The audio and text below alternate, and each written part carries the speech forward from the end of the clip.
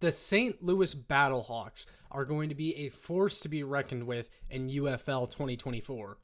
Following the merger between the XFL and the USFL that happened over the offseason, the two leagues formed one league that will now be called the UFL, and they only kept the most productive teams from both leagues.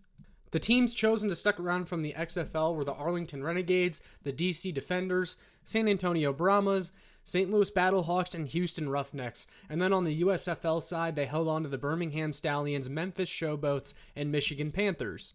Because not all teams were kept by the two leagues for the new merger, the players that were not on those teams carried over were put into a new UFL dispersal draft, which allowed the existing teams to now select those players and add them to their team.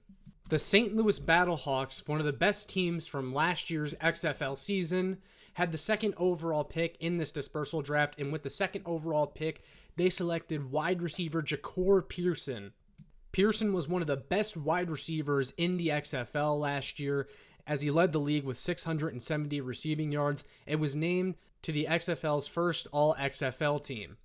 St. Louis had one of the most exciting offenses in spring football last year, led by former Alabama quarterback A.J. McCarron, and he had a wide receiver core of Hakeem Butler, Darius Shepard, and Marcel Aitman, to name a few.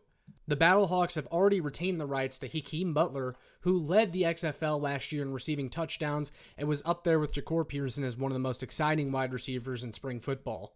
Now, Pearson and Butler will be teammates on the Battlehawks, where they look to be one of the top wide receiver duos in all of spring football next year. While the Battlehawks just nearly missed out on last year's XFL playoffs despite having a winning record, they look to be on a revenge tour next year, and what better way to start than adding the best wide receiver from last year's iteration of the XFL. The St. Louis Battlehawks will be a force to be reckoned with in UFL 2024.